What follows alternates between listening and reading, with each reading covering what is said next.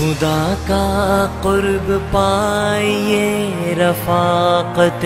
रसूल भी, कफ़ालत यतीम से बहिश्त का हसूल भी।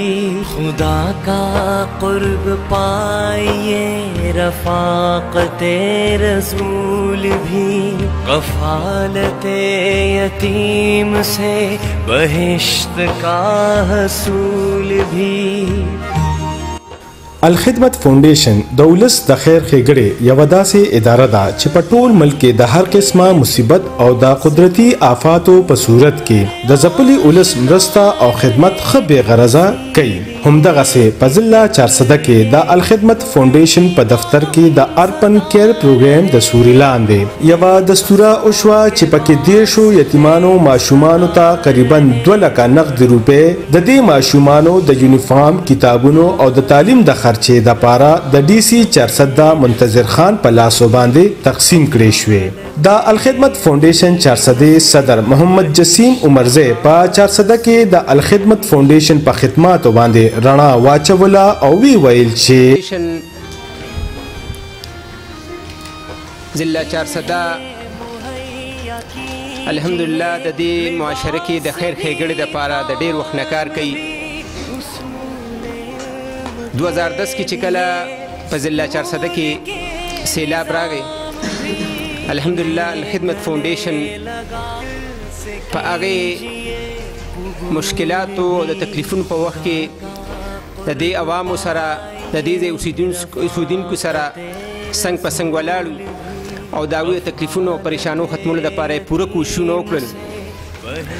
الخدمت فاونډیشن دې وخت کې په 7 شعبو کې کار کوي چې هغې کې صحت، مواخات، د روزګار سکیم، د ایجوکیشن په میدان کې، د ډیزاستر منیجمنټ په میدان کې، د ارفن کیر په حوالې سره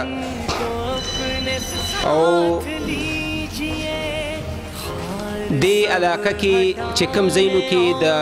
پاکو اوبو مسله ده د هغې د صفا اوبو د دې دستوري مشر ملما ډي سي چارسده منتظر خان د الخدمت فاونډیشن چارسده د دې نیکو هلو ځلو ډیره زیاته ستاینه وکړه او د دې ماشومانانو دپاره د خپل جیب نه د 100,000 روپو ورکولو اعلان هم وکړو. د هغې د پالنې، د هغې د تعلیم، د هغې د صحت دې ملګرو دا انتظام کړی دی. نو بس د دې نه خو د زیاته د خوشحالۍ، د دې نه زیاته د فخر، د دې نه زیاته د اطمینان خبره بله نشته دی چې سړی د خپل کور نه بار د بل ماشوم د صحت، د هغه د تعلیم، د هغه د سوکالۍ او د هغه د خوشحالۍ خیال وساتي. ځکه چې دا خپل ماشومانو خدمت خو زناورم کوي چې څومره تاسو زنده سر شی نه نو هغه ځي څه شی راوړي او خپلو بچو له خوله کې ورکوي. اصل کې عبادت کول، خدمت کول او نیکی کول د بل ماشوم باندې انویسټمنټ کول دي او د بل ماشوم ته فایده او خوشحالي او د هغه د تعلیم او سوکالۍ او د صحت خیال ساتل دي. په خپل ماشوم باندې خرچ کول، دغه کول، دا خو هندوان کوي، سیکانې کوي، مرغۍ کوي، زناور، هر څه شی. نو په دغه کې شاید چې موږ د نورو قومونو سره مقابله نشو کولی چې د خپل ماشوم څوک څومره خیال ساتي. او زه الخدمت فاونډیشن ته مبارکي ورکوم چې دوی لکه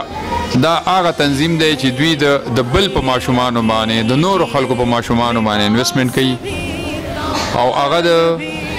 افریقې نه والا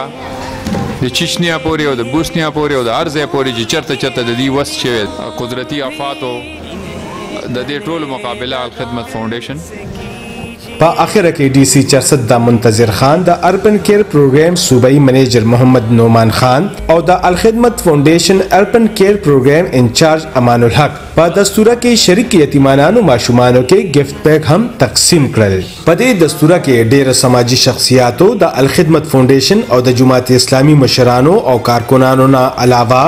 د آفاق ریجنل ډایریکټر احمد یار خان، ډایریکټر بزم شاهین چارسده شهزاد احمد، نور حسین، د ډي سي آفس سپرنټنډنټ حاجی مجاهد ګل او د میډیا ډیر ملګری موجود وو. انعام جی چارسده ټي وي، دفتر الخدمت فاونډیشن چارسده.